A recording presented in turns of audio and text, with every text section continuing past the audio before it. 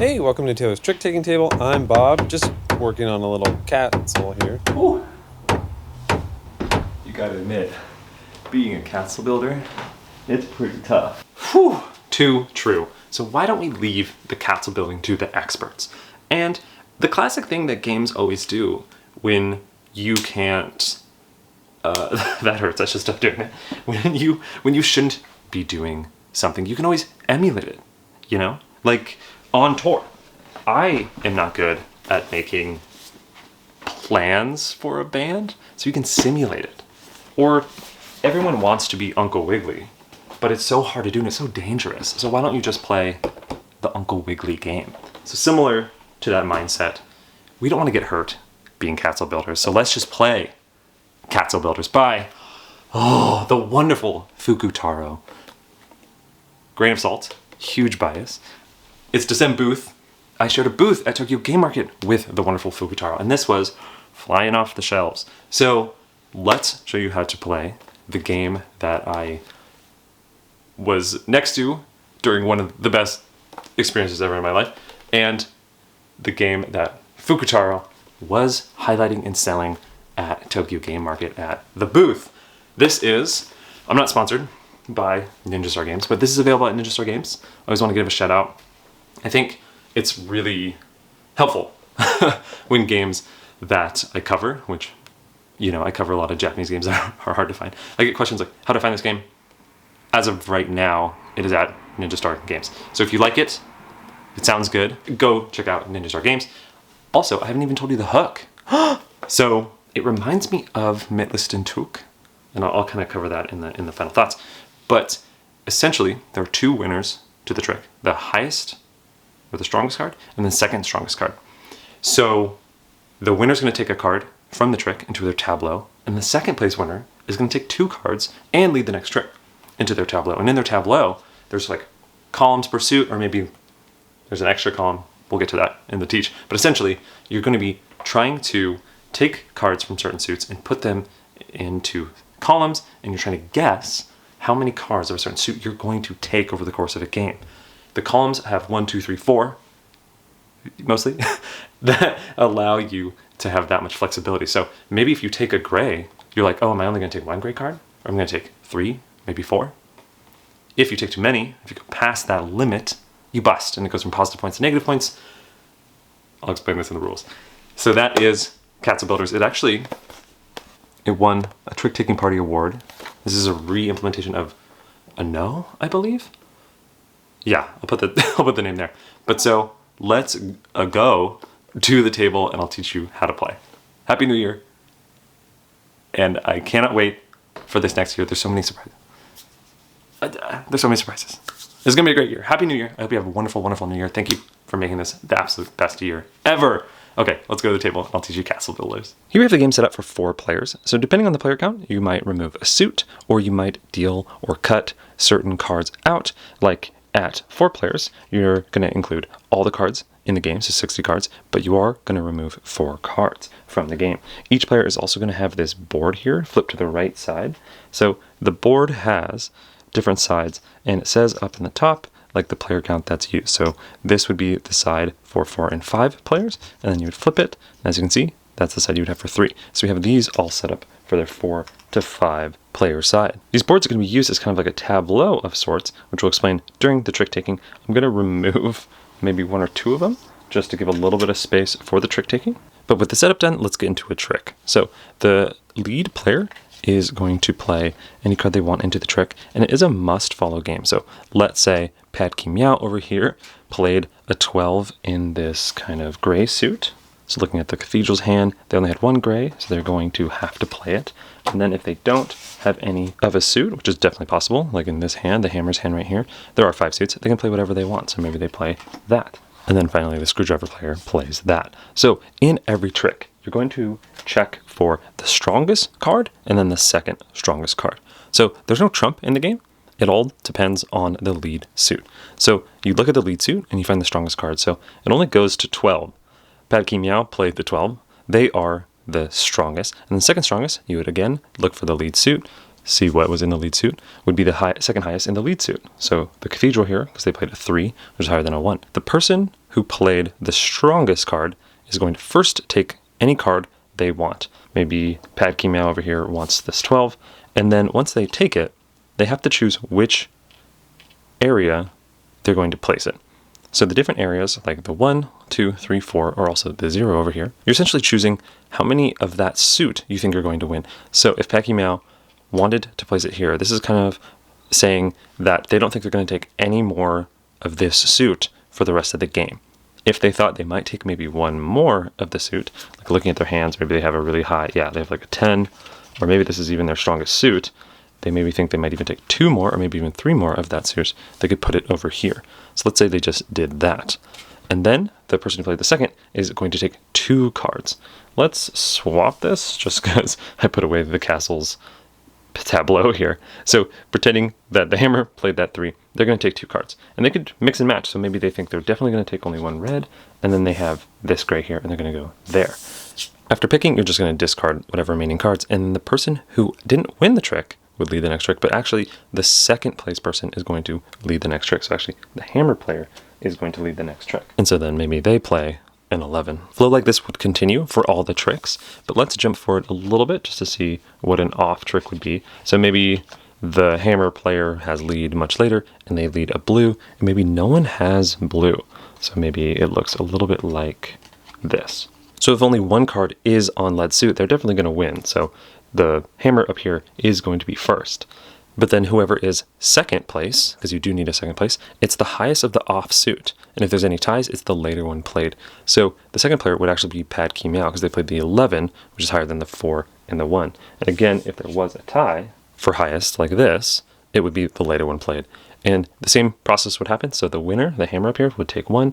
Maybe they take this because it completes their 2 column up there. And then Pad Key Meow would have to take 2. Maybe they take 2 yellow and complete their 2 clue, and then they would lead, and you would discard this card. That's the basic trick flow, but some notes on where you can place cards and some rules on Tableau. You can't choose 2 different columns for suits. So like Pad Key Meow over here, they already picked gray for the 3 column. They can't put a gray here, for example.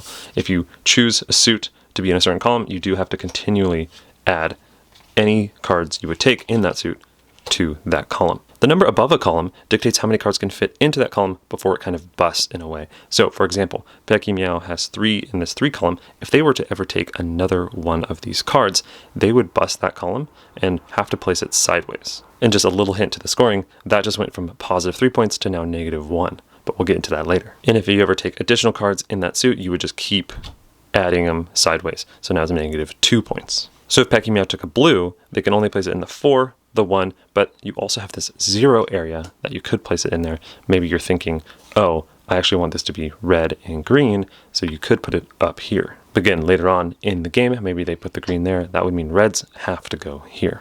Jumping ahead to the end of the round scoring, you get a point for each card in a column that didn't bust. So for example, Pad Key Meow over here got 1 point for this, 2 more points for this, and then 1 point over here. You don't have to get the full amount. So this would be 1, 2, 3, 4 total points. But again, if you bust and have some horizontal cards, these just don't count for anything, and you ignore them, and you essentially just get a minus point for each of the horizontal ones. So this would be -1 and -2 over here. So this would be -2 points over here.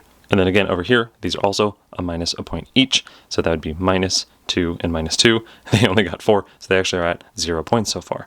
For the hammer, they didn't bust any columns, so they got 1, 2, 3, 6, 7 points. In addition to that scoring, you also get a bonus if you get a bunch of columns perfect. So over here, Pad Key Meow, they didn't get this one perfect, or that one, because they definitely busted, but they did get these 2 columns perfect. So if you get 2 columns perfect, you get a bonus point. 3 columns perfect, like this player over here did, you get 2 bonus points, and if you get all 4 columns right, you get 4 bonus points.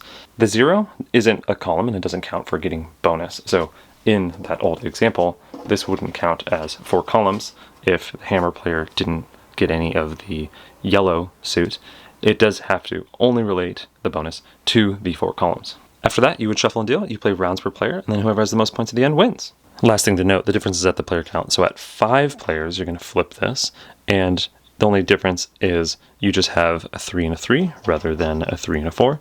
And then at 3 players, you're going to keep this side, so the 3, 4, but you're actually just going to have a 1, 2. You're not going to have the 0 because there isn't the 5th suit. There's only 4 suits at 3 players. The other change at 3 players, the big change at 3 players is there's actually 15 cards cut. 4 of them act as kind of similar to other cut cards. They're just, taken out for the round. But 11 of them actually act as adding cards to what you could draft from each trick. So you're going to reveal one, and then after players play the trick, so for example, maybe the building over here played that, it's must follow, and then Pecky Meow was offsuit. So this card isn't a part of trick play, like it can't win, but it does get added to the draft. So if the Catsle player did want this as opposed to, yellow or red, they can take it. So players have just a guess, one additional card to draft from. Oh, and the final difference, at 5 players, so if this was a 5-player trick that was led yellow, there's actually 3 players that take cards. So the first place takes 1, the second place, would take another, and then the third place actually takes 2 cards. So that would be this player, because they play the highest offsuit when there's only 2 onsuit cards. So there's actually 4 cards that kind of go out each trick. And then the third player, the person who took 2 cards, would lead to the next trick. So similarly to, the 3 or the 4-player rules, whoever takes 2 cards would then lead to the next trick. And that's how to play Catsle Builders. So that is Catsle Builders in this weird lighting. But again, this is by Fukutarou, who was my booth mate. This is a Descent booth. And I have inherent bias, so consider that when you listen to these final thoughts. Take everything I say with a grain of salt. That said, I think it's a slick game. I love Metless Duntuk. I'll probably be comparing it a lot in these final thoughts. And this gives me those vibes, for sure. So first off, I love the art and the production.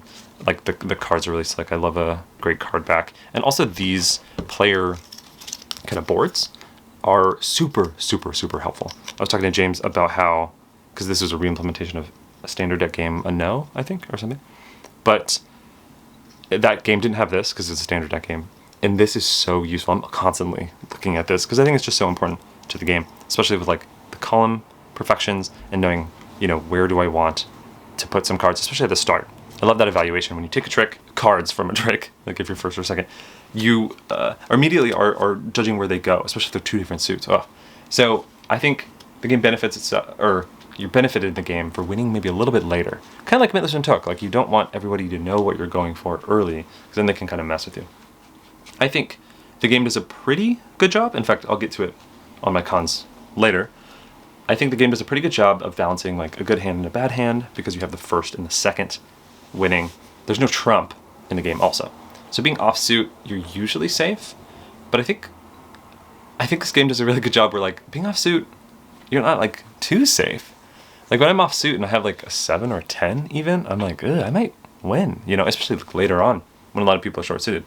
So I think the game balances kind of a different hands pretty well.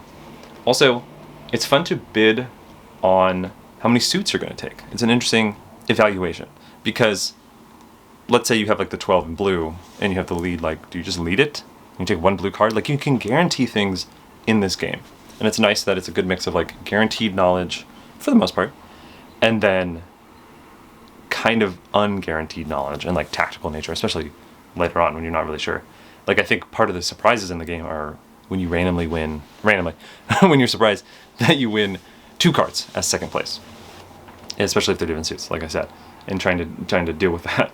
But I think so I've played this at 3 players and 4 players and 5 players, and I think I like it at 3 the most in an interesting way. So 3 uses a dummy player, kind of dummy card, and usually in games I'm like, I don't love that, right? Like you'd rather have another player at the table and stuff. But at 3, what's really interesting is you have 2 winners, right? No matter what, you actually have such a good mix of who's winning all the time and who's taking cards all the time. And I think you have a good balance. Like at 5 and 4, sometimes I just found myself being more surprised at 5 and 4 when I was winning or trying to get cards when I couldn't. Like I guess getting to a little bit of the cons. I think sometimes in this game, like a really good hand, you're just going to win a ton of cards, which is not good at a certain point, right? And then like a really bad hand, like you can't win cards for the life of you. I will say, like, if you have a really bad hand, then you should just start sloughing and like pushing as many cards as you can to other people. But then again, I think that exacerbates the idea of like if you have a really bad hand, you can just make it to where if anyone has like a really good hand, they are just ruined. There's sometimes in this game where you're like, I just can't get out a lead. Like in Mittlers und Took, it's always the winner and then the loser, if I'm remembering correctly. Or like the offsuit card. So it's like someone on suit, someone off suit, if that makes sense.